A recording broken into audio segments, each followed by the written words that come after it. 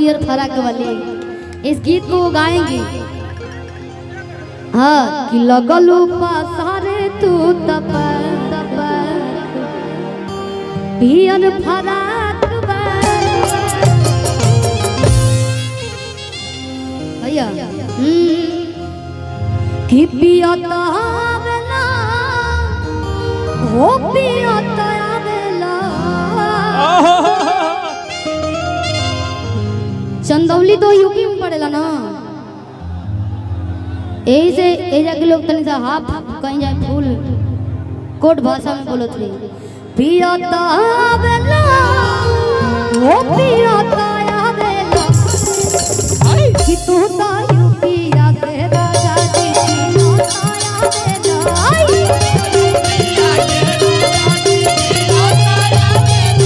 तू ता यूपी आ के राजा जी पियता आवेला।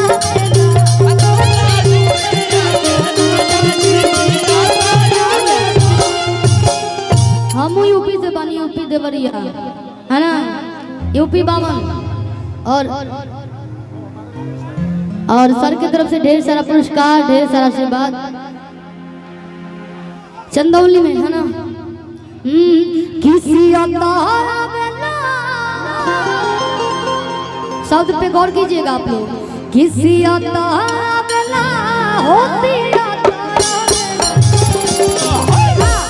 आया बना फाटल फाटल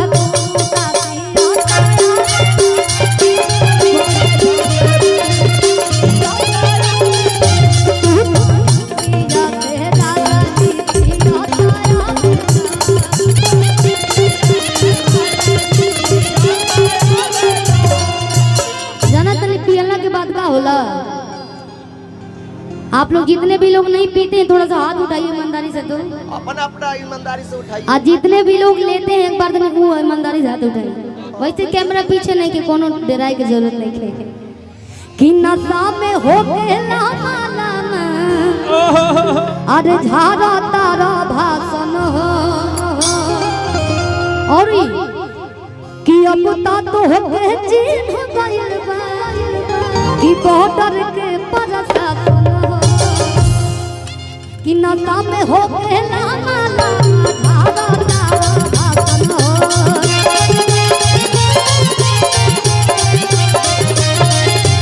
अब तो हो के चिन्ह गइल बा बॉर्डर के प्रशासन हो।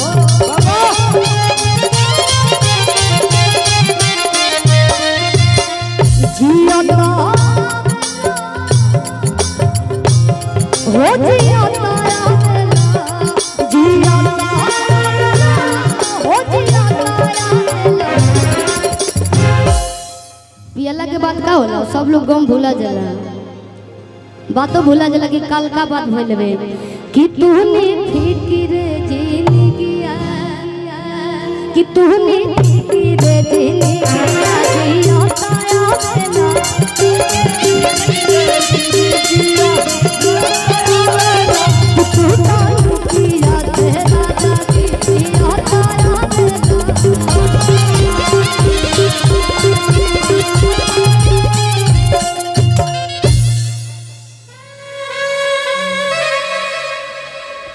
और ये गुडू गौर गाना कैसे के दिन से ही कार्यक्रम चालू बाटे और जी देखे था अपन अच्छा है, सबके अपन फेवरेट गाना होला और हमारे लिए आप सभी लोग फेवरेट हैं। सभी लोग से मैं प्यार करती हूँ, सभी लोग आप मेरे हैं और मैं आपकी हूँ।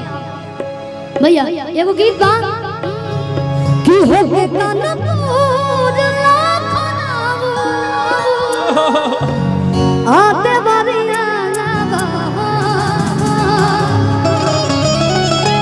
कि हो के कानपुर लाखनाऊ आते बारिया कि छोड़ी सहरिया लूटे लहरिया पिया बिहरिया नादी। पहले ये बताइए हमारे चैनल के सब्सक्राइब कर लगा, हाथ उठाइए लोग। ईमानदारी से आप लोग सब्सक्राइब कर लीजिएगा शिल्पी राजेश, ठीक है? पहली बार बोल रहे हैं कि हो गाना तो आते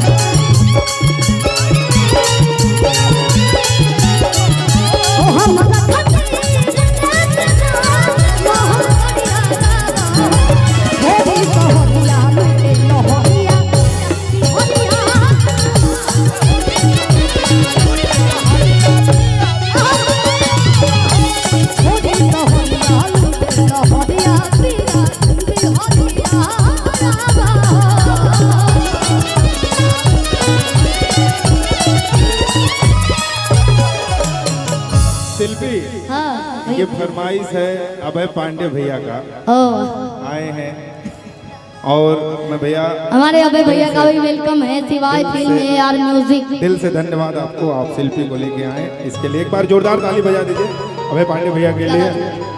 इनका फरमाइश वही है, छन्ने छन्ने बदले तोहरो मिजाज रजो। ये लोग गाय नहीं है, हम गाय है ना, एक बार हाथ उठाइए आप लोग, फिर सुनने के बाद एक और रही एफ कर दीजिए, एफ बस एक खाती थी सर प्रॉब्लम, ये अलगे गाना बाटे, अलगे खोपड़ी लगी है गाना में। एफ मायने कर दीजिए कि घर भर के अरे पूरा जीवन हमारे कपार बा।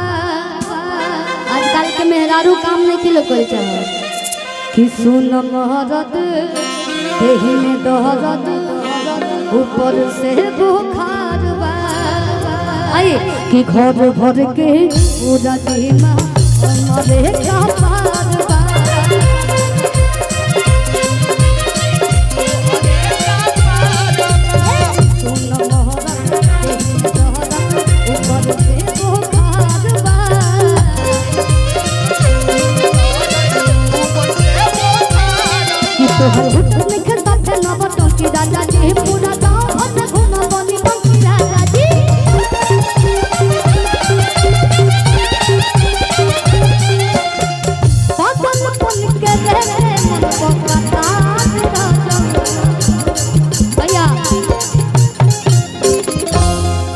ताज और शिल्पी राज और साज आ जाएगा।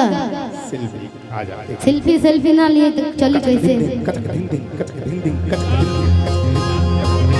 बजाओ तो राजा भैया।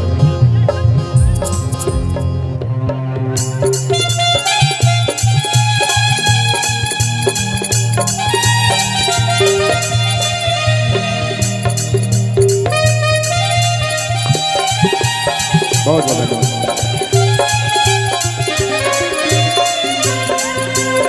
भैया पागलपन के मनवा का ताज राजा।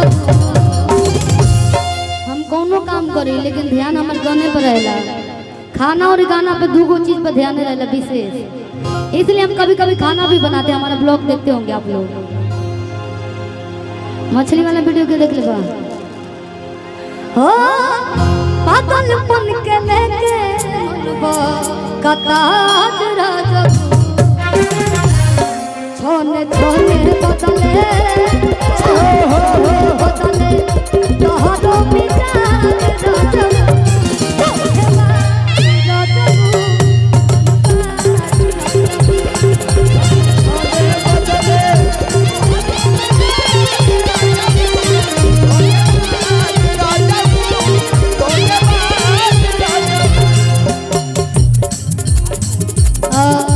मनीष नवीन एडवोकेट हाई कोर्ट में इतने मिले बस के पास वो जब फ्री से महंगा लिया ला का जी 200 नहीं मिलता फिर मिल का बम चल हम तब मिलेंगे। आकाश भैया बहुत बहुत पुरस्कार होना, थोड़ा बात होए हमारा बढ़िया बहुत बहुत आपको धन्यवाद। हेलो हो तो गली से निकाल सोया जी बुढ़ावा रुमाल सोया जी।